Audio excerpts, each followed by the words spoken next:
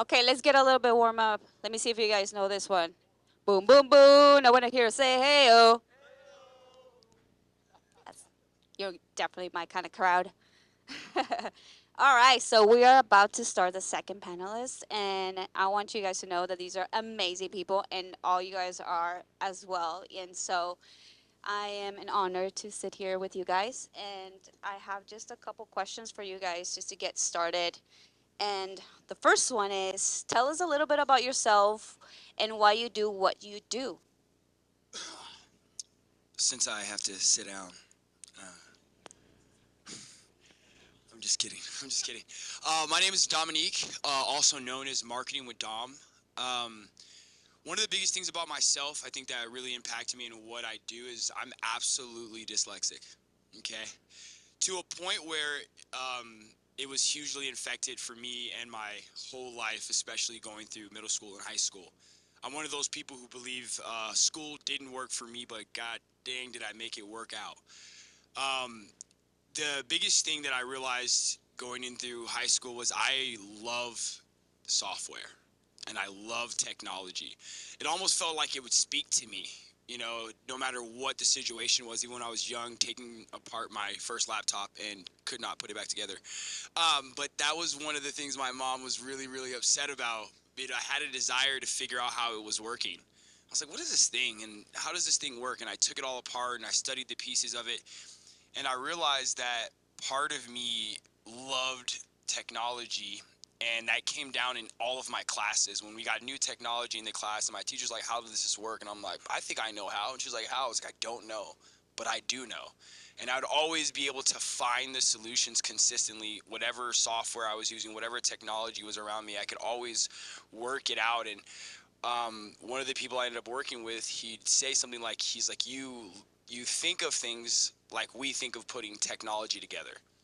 And it's like some people look at technology and it seems foreign to them. To me, it seems like it's speaking my language. So as things started to grow and I started to get more into technology and more into software, it became the thing that I love to do. And one of the best things that I can do and why I do what I do is if someone tells me a problem and you're looking for a software to solve it, I'm probably the guy you can find to put it in your hands. So yeah, it's a little bit about me. Hey everybody, Dave Waltza. Um, First of all, I like to share how I'm aligned. God, country, family. Air Force veteran. Grew up in the Boston area and escaped where I grew up by going into the military. Um, I was supposed to be the first college graduate in my family. I am not. And at the time, it was devastating. I had gotten into the number one business school in the country and all this stuff. High school, I was like quiet, introverted. Just the thought of this, I'd be hurling in the corner. I'd be fucking puking my head off and like, yeah, forget about it. I'd be like, I'm sick that day. I'm not even doing it. Um, but who we were, who the version of us in the past doesn't serve us and where we want to go most often. And a lot of people that I know can never reach the level of success and the blessings that they should have by staying where they're from. I can't speak to any other city. I can speak to the Boston area. I love it. It'll always be home. But I never would have had the opportunities and had the chance that I had to do what I do out here had I stayed there. Since I was a quiet kid, kind of overlooked and stuff, I was always friendly with everybody. Um, when I got transferred out here for a job that didn't work out, I started a happy hour, wicked awesome happy hour. Um, I went to every connection and networking thing that there was at the time, and everybody has value. Every organization has value. But it kept hitting me that, well, I wanna serve that kid that I was. That kind of sat in the back, quiet, had some good jokes and stuff, but didn't feel seen, heard, or valued. Right. So when I decided to do the happy hour, it was to help that past version of myself. Um, and so many people here today have come, and I absolutely love being able to connect people. And I love being blessed to have the ability to see people not only as they are, but where they will be, and help translate that to them.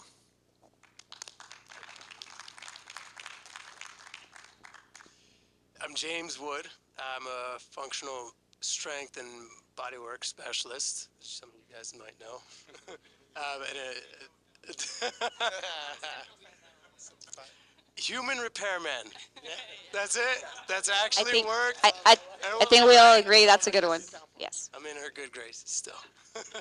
I'm an adaptive lifestyle coach as well. It's basically helping people manage proper routines to be healthy, to get their head on straight, get through their day, their week, their month, their year, make plans for themselves to do better. Why I do what I do. I've seen too many people with bad health and pain, and I lost my father at 10 to alcoholism, my grandfather when I was mid-20s to cancer, and he also wasn't being a healthy person. So the role models weren't there. And I grew up in South Tucson, which, if you don't know about that, it's not a pleasant neighborhood. So, and they're also, the Mexican food is amazing down there. It doesn't do the body good.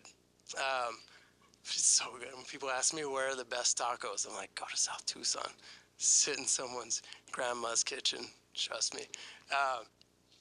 So yeah, I mean, I just grew up around not a lot of good, healthy role models, and realized that if I can, with things like sports and martial arts, burning off the extra energy I had, I was more well behaved, and I did better when I was moving and shaking. So pairing that in with my love for science, I saw the challenge there, and I applied that.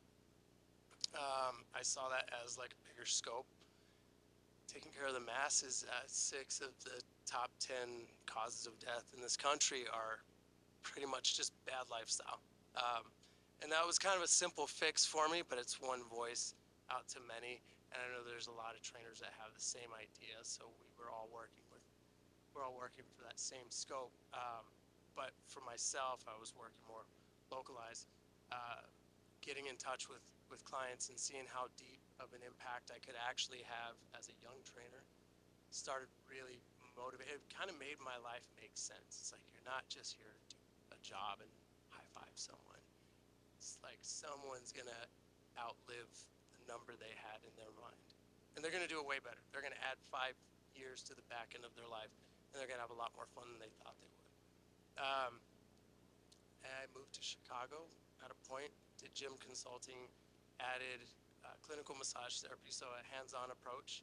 And I was able to fix the problems that I was working with clients for a month or 2 months to fix. It would take me like 10 minutes on a table. I'd just be like, all right, let's fix this thing. So get them up, get them moving better, and saw how much of an impact that had. So I kind of just, everything fell into place. It's really weird if I get into the stories and I start telling you who I met along the way. I almost didn't manifest them, but they were very much needed in my path, and they kind of all just appeared. And I, every single day, just, you guys have no idea how grateful I am for that stuff, but these angels floated down on every step of the path, and they've been protecting me every single time. So.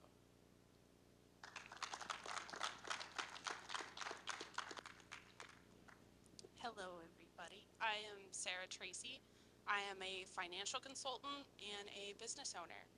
And why I do what I do is because I have spent pretty much 27 out of the 30 years of my life in a scarcity mindset. I was in the matrix for a very long time. I was a serial job quitter. I think out of every job I've had, I've only put my 2 weeks in once. I was very good at just leaving and not coming back. And obviously that causes financial problems. But again, with role models, lead by example. I didn't have very good examples. Not discrediting my parents, they were great, but they also didn't teach me a lot of very good lifestyle choices. And so I started entrepreneurship when I was 21, and the company that I got the opportunity with, I just didn't like their business model. It was still too matrixy for me. So quit doing that, but I realized I still wanted to help people. I wanted to do it my way. I didn't want to do it by anybody else's design. And so I went through a lot of different roles. I was a cheese master, and then I went into law enforcement. I was going to go into the FBI. I was going to be a lawyer. And then I wanted to go back to food. I love cooking. And so I went back into the restaurant industry, which is very undervalued for how much people eat and how much people love good food. Why don't restaurant workers get paid very well? It makes no sense. And so I realized I wasn't going anywhere as a cook unless I wanted to work 60 hours a week, have no time with my family, and make garbage money doing it.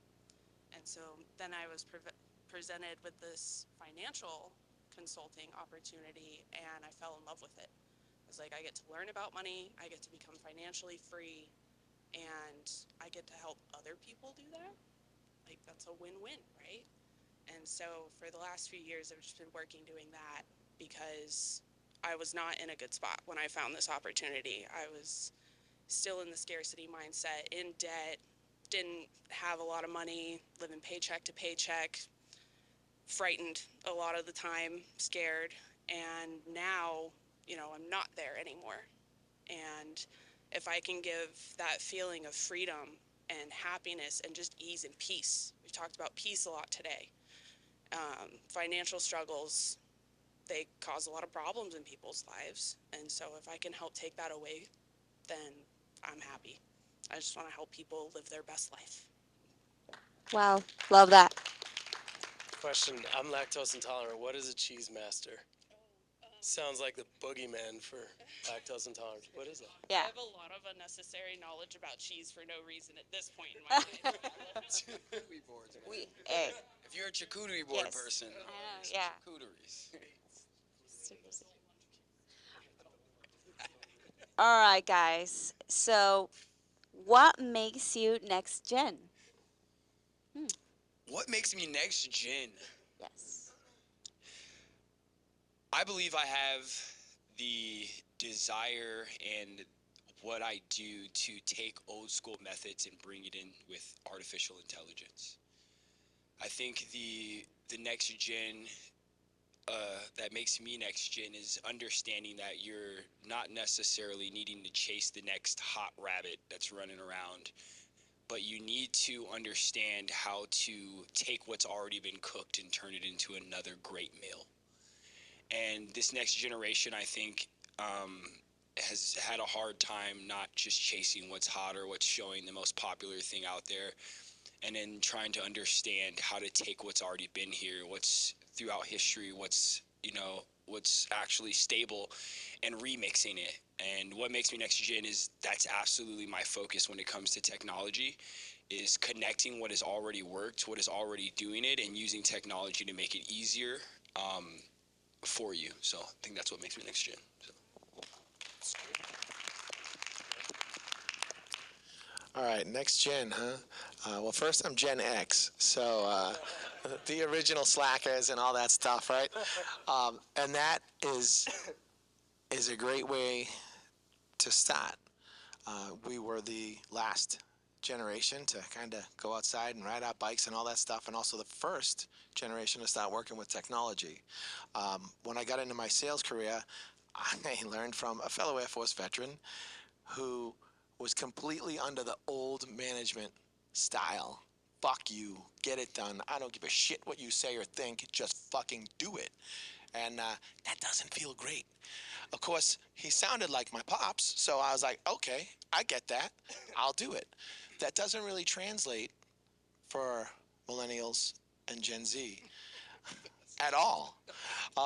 It makes you fire them really fast, and you're missing out, right? You're missing out on an amazing person. So being able to have that foundation, but also realizing and doing what I do with heart and with love, and understanding that everybody has worth and value, and we go way further as a team. So abundance mindset, team concept, and not telling exactly what I think all the time. Sometimes I might be like, oh, I'll destroy this person if I tell them this truth about themselves that they need to know. Let me figure out a little better way so I don't blow them the fuck up, you know. So, but yeah, that's next gen to me. Being able to take the older styles, take what works, and blend it with the new, and do it all within love. Love it. Firing someone and destroying a human being are two totally different things. They're two totally different things. What makes me next gen? I was thinking about this, like defining my version of next gen. I think it's finding something within yourself that works for you, and then spreading that to others to, show them a path also. So it's not just something I picked up somewhere out there, somewhere out here. Something that I love this question because it made me take a look at, like, how did I endure things? Like, I know I endured, but how did I do that? It's kind of weird in here. It's kind of fun in here, but things work. I make things work. And I saw a lot of times when I'd panicked. I'd taken a lot of risks. I should say I'm a big risk taker. But I realized, believe in yourself. There's a panic when you don't. It shouldn't stop you. So I kind of transmuted that energy of panic into the energy of persistence. Here's how the weirdness works. I saw that persistence was going to be persistent. It was a lot of energy. So if it was going to be like that with me, then I'm going to be like that with what I'm doing. So it's kind of weird, but feeling like panic is the thing that's helping me do my job. Like, it makes me love what I do. So the panic transmuted into persistence. That helped me get through quite a few things, and I kind of used fear to my own advantage in that. So every time there was a panic, personal training floor, you have to go and find new clients. You see someone and they need some help. I don't know how to talk to them, but here it goes. Eventually that translated to, this is the moment where you're supposed to take action. That's the frog trying to leap. Go, just get up there, be weird. And eventually, like, the personality just kind of started to sort itself around that panic, so it was no longer panic. It was kind of fun. I guess adrenaline junkies are like that. If we have any adrenaline junkies, I'm not. There you go. I'm not. I'm more of a safety first, second, and last type of guy. But yeah, first. I feel like that's what makes me next gen. Just jump. I've done that before. Yeah. It's nerve-wracking. What I think makes me next gen is, I don't know, like what Melissa said earlier, my superpower is I am a professional student. I want to constantly learn. I don't necessarily want to learn how to do everything and then go do it, but I would like to learn how everything is done. I went to cosmetology school because I wanted to learn how to do my own hair and nails. I got into finance because I wanted to learn how to manage my own money, right? Food so I could cook. And so I've acquired all this knowledge over the years just with that mindset of, you can literally wake up every day and choose what you do. You can wake up and be like, oh, I'm going to learn carpentry today. And with the blessing of technology, we have YouTube University. So it's like you literally can learn everything. Not saying that that's the way to learn how to do carpentry, but you can learn pretty much anything with today's technology. And that's what I did. I woke up and I was like, I want to learn how to do this, so I'm going to do it. I want to learn how to do that, so I'm going to do that. And so my ability to show up and just constantly keep learning and being able to pass that on to other people. I get questions every day of, money stuff, food stuff, all kinds of stuff. And so, yeah, I think being able to learn and absorb and keep an open mind and then spread that to the next generation is really awesome. That is awesome. Love that. All right. So, what does it mean to you to straighten your world? Oh, man. What does it mean to me to strengthen my world? The first thing I would say is strengthening yourself. What that means to me. I've been a sports player my whole life. I love team sports, and I was one of the top players out of California in 2009 in football. And strengthening my world comes to me in the mindset of everything I brought to the table every single day made every single person around me stronger. Whether it was mentally, whether it was physically, whether it was just in knowledge alone. I took that in sports because I realized every time I brought everything I had, people had no other choice but to come to what I was doing. Because I was never going to be on the field playing at anybody's level but mine. And so when I look at strengthening your world, I really do look at you finding your personal strength and bringing that to everyone around you and making people step up to that level, whether it's excitement, whether it's joy, whether it's just empathy on the pain someone's going through, even if it's not in the happiest moments of life, which is being strong enough to let things go, being strong enough to drop a tear when needed, being strong enough to apologize. So for me, strength in my world is absolutely making sure people have to rise to the occasion around me. So that'd be what strength in the world means to me. Amen. Strengthen your world. Travis mentioned about creating community, right? Just really quick, since we're not standing up as a panel, whoever has been to a Wicked Awesome Happy Hour, can you just stand up? Stand up. So there's quite a few of you, right? First of all, I want to say thank you to all of you guys, because the community that I created is literally about you. It wouldn't be anything that it is without the amazing Wicked Awesome fam showing up. So thank you guys. That means so much that you're there and that you see value in it and that you spread the word, right? God told me that, shit, yeah. God told me the night before I started it that it was my ministry, and I thought that was hilarious. Drinking, hanging out, shit, that's a good ministry, you know.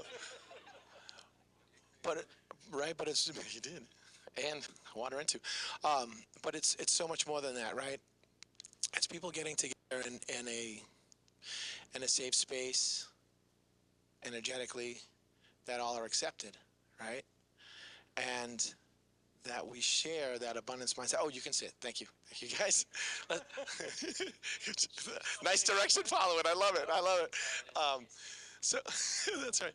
And then not only is it building a community, but it's also connecting communities, right? Brand X, it's my community now. Unicorn Universe, it's my community now, right?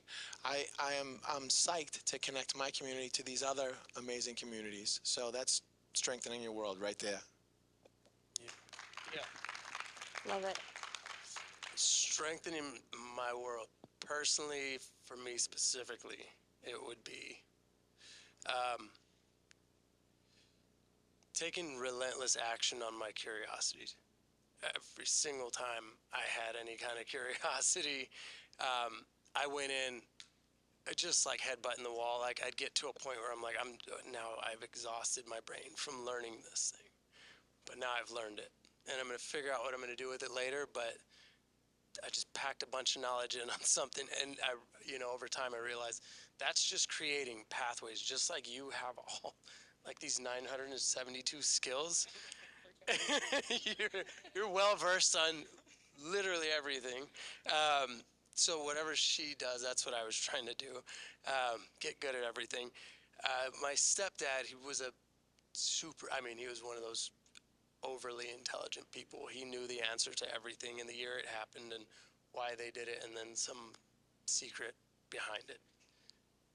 I don't know how but I would ask him. Sometimes I would just mess with him just to see if he knew something. And it was just like pop open an encyclopedia and see if he knew that this was the answer.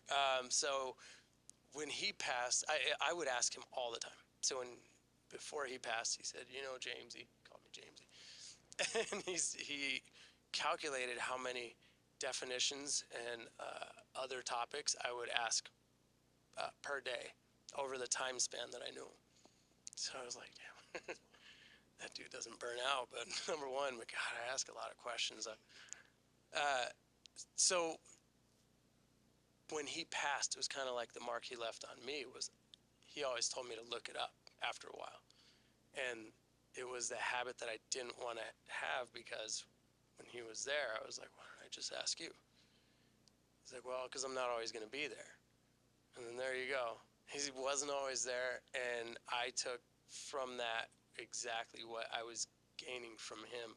So the way he strengthened my world is still the way I strengthen my world. I'm still taking relentless action on my curiosities.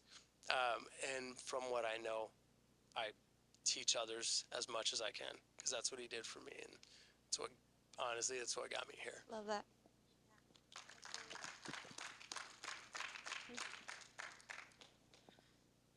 To strengthen your world to me means to kind of conglomerate everything. Just invest in your world, and not necessarily monetarily, but invest in your knowledge, invest in your community, invest in your habits.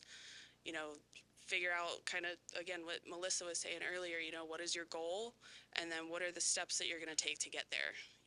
If you want to be a doctor one day, well, you got to go to school, you got to have certain grades, you got to do an internship, that kind of stuff. So it's, I think, constantly investing in yourself and your relationships, and figuring out where you want to go, or if you just want to do it for fun like I did, you just want to learn something new.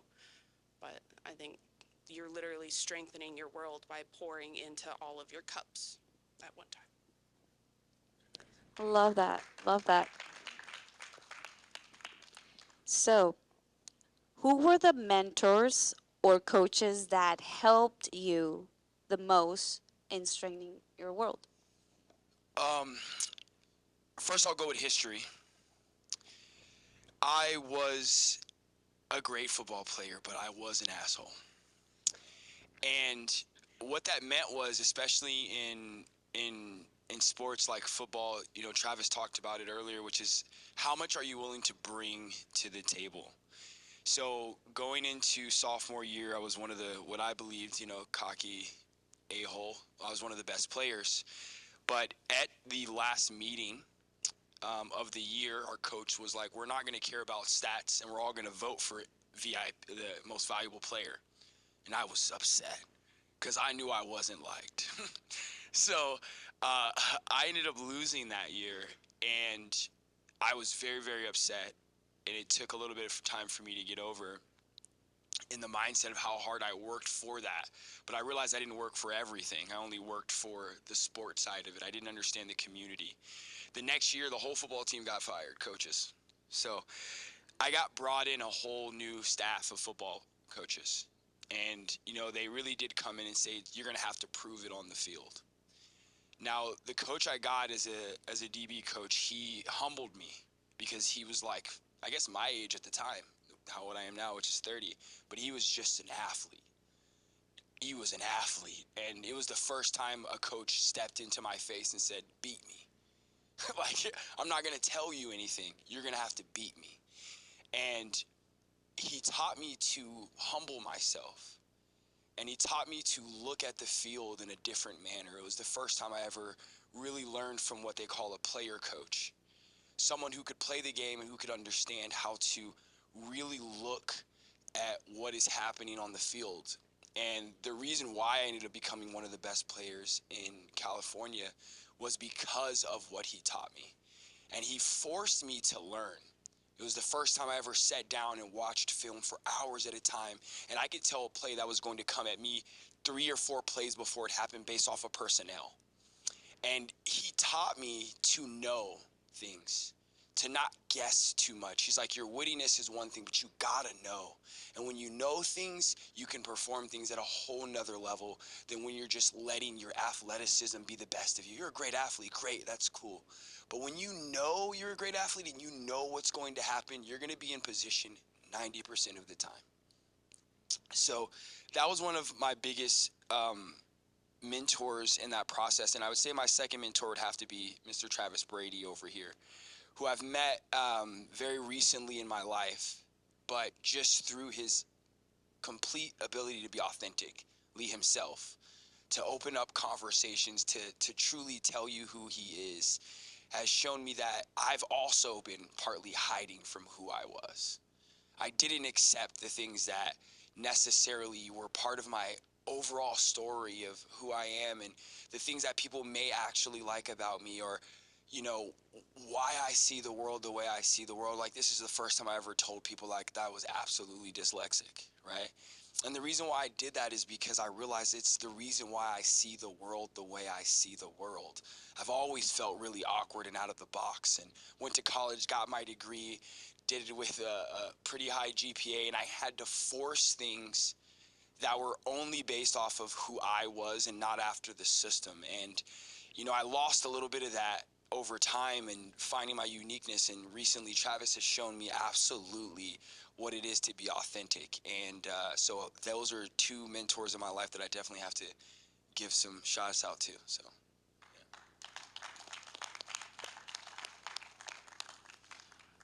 Mentors. Sometimes it's just one thing that somebody says. I guess I'll go chronologically. So, senior year in high school, I was in DECA. I don't know if anyone has been in DECA. So, you know, marketing, advertising classes and stuff like that. We had that option. And my favorite teacher, Mr. G, senior year, he's going around the room. Well, what do you want to do when you grow up? I want to do this, want to do that. Okay, he gets to me. He's like, David, what do you want to do? I was like, oh, I'm gonna be the CEO of an international, you know, marketing or advertising corporation. And everyone's like, ooh, you know. He's like, no, you're not. I was like, what? He's like, no, you're not. I was like, no, that's what I'm gonna do. He's like, you are not going to do that. There's no way that you can do that. And this was my favorite teacher, so I was a little bit upset. And I was like, Mr. G, what the fuck are you talking about? And he's like, this version of you will never have any of that. However, you can grow to a version of you that'll have all that and more. I didn't process that then, just kind of tucked it away. I was still like, this guy. And then a couple of years later, after I gloriously failed out of Babson College and decided to join the Air Force, the last family dinner that I had at my Nana and Pa's house, after dinner, Pa's like, David, come here, sit down. He's like, proud of you for making the decision of going in. You need it. When you get out, don't move back here.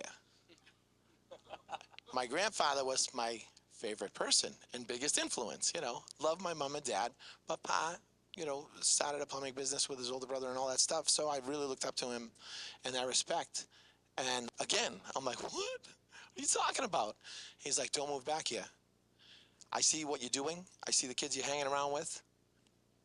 Don't move back here. He said, David, I don't know where your future is, and I don't know where you'll end up. I do know that whenever you get there, you need to plant your flag and you be an asset to your new community. And I was like, all right, whatever. So I get out of the Air Force. My first supervisor, terrible job interview, still got the job. Old style management, like I alluded to earlier. But I loved his sales prowess and how he came across. And then my last and most recent mentor, still there's many in financial services. Got into financial services. My friend Sammy just broke it down, how to connect with people on their level and be able to just deliver the information, educate them, and then let them make the decision themselves. So those are like my four.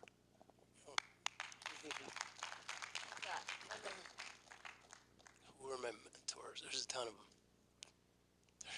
There's a ton. Travis Brady. There's one. Get that one out of the way.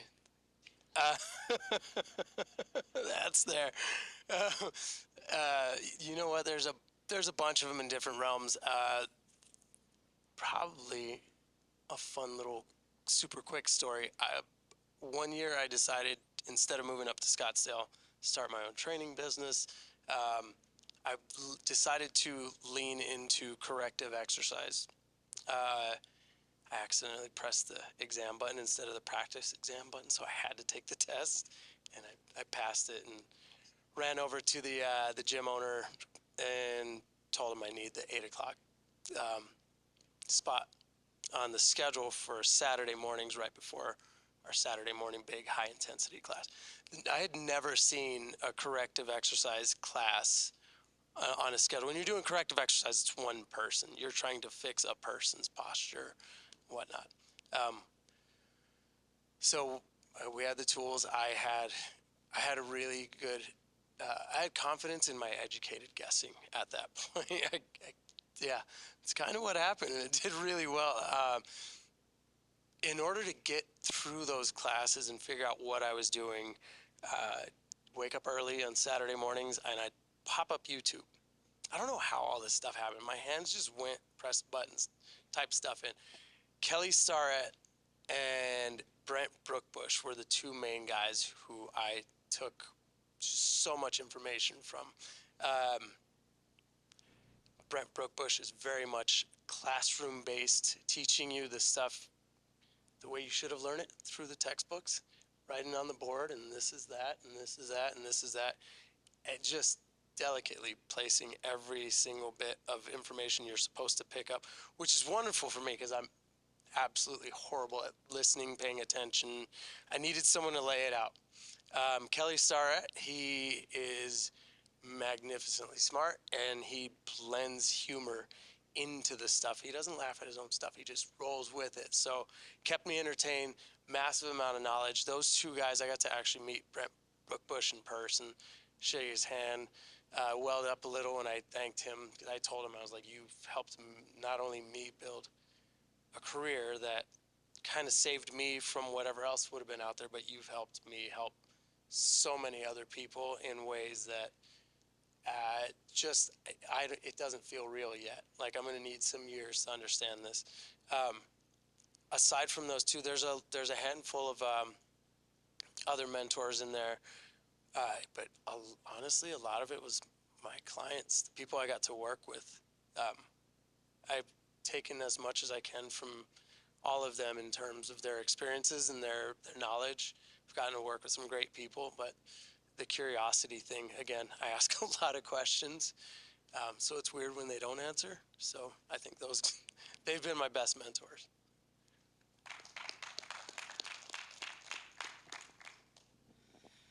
I'm in the same boat. I'm like, who?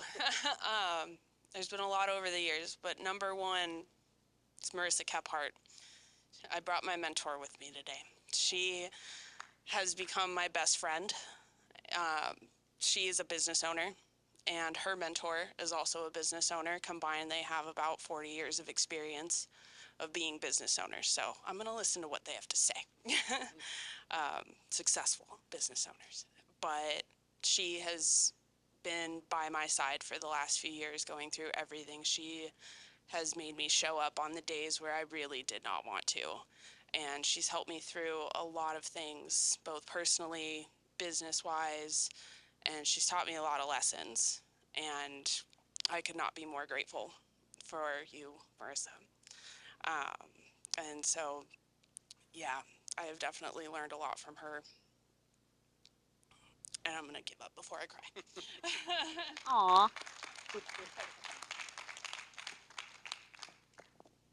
What is the best platform for people to stay connected with you, and why people should follow you? Best platform to probably get a hold of me would be Instagram, and you can find me at Marketing with Dom. If you're trying to learn something and have a great time, YouTube is about to be my baby again. I love YouTube, and you should follow me because you're about to see me rebuild my YouTube channel.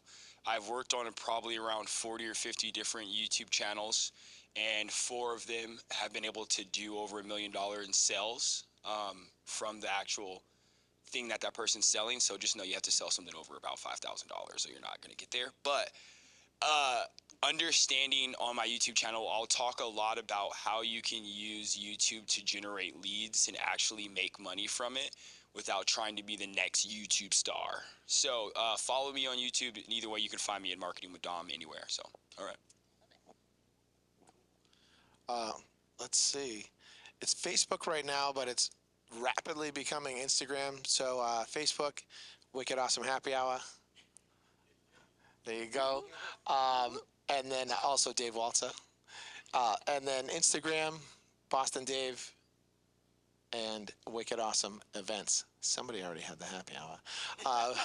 But those are great ways to get it, to follow me and see what other like fun ass stuff is going on, right? I feel like you do a great Christopher Walken impression. I'm hearing it. I'm hearing it the whole time. Best platform currently. I mean this as of like 2 days ago. We restarted it.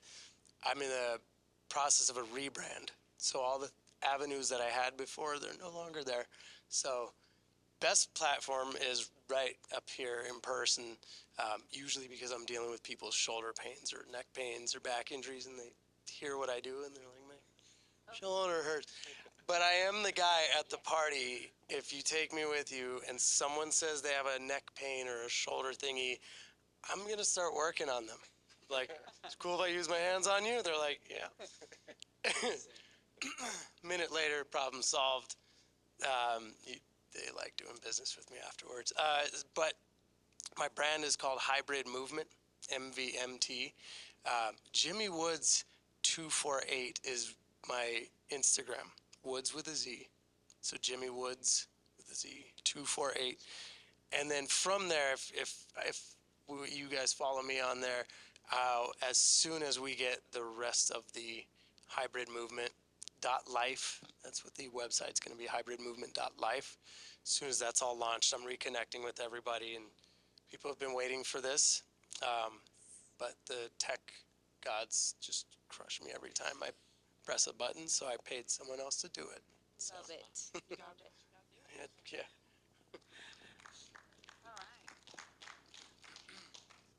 The best platform to follow me would be Facebook as of now. My Instagram is connected to my Facebook, but I don't really use it. My Facebook's just SARATRACY. No E's, no H's, no Z's, no anything crazy, just Sarah Tracy. And then my Instagram is Sarah T0729, TEE. But yeah, I post a lot of motivational stuff, a lot of mindset stuff. I also post a lot of educational information, mostly concerning finance.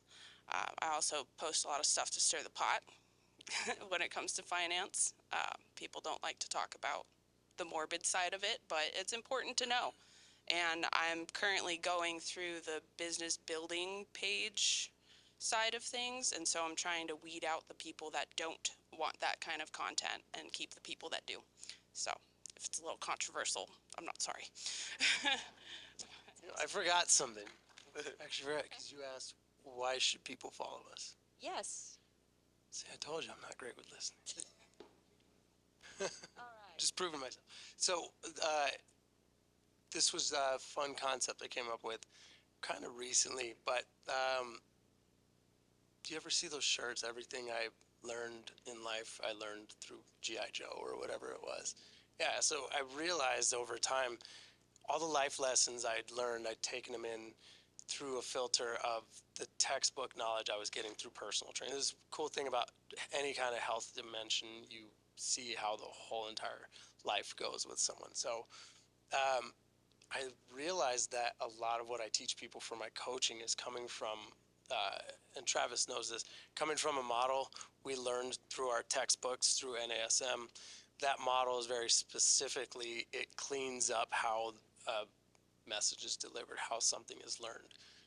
And those of us that have spent enough time in those textbooks, that's how we speak and do and all that stuff. So that's where the content is going, is coming from coaching lessons, life lessons being translated over and related directly to textbook, personal training. And when you see the two, this is why my brand is called Hybrid Movement, is when you see the two, you start to understand in one dimension. So I think that's really All good. right, all right. I love everything. And can we just stand up and have a hand of applause to our panelists? This was amazing. I think